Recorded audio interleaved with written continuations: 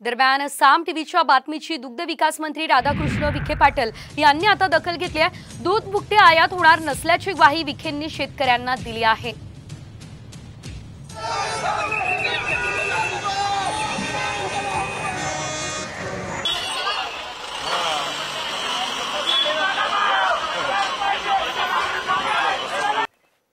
दुधावरची भुकटींची आयात करणं म्हणजेच पुन्हा दुधामध्ये मिठाचा खडा टाकून दूध नासवणं आहे आणि शेतकऱ्याला पुन्हा आत्महत्येस प्रवृत्त करणं आहे किंवा शेतकऱ्याला पुन्हा उद्ध्वस्त करणं आहे असं मी मानतो।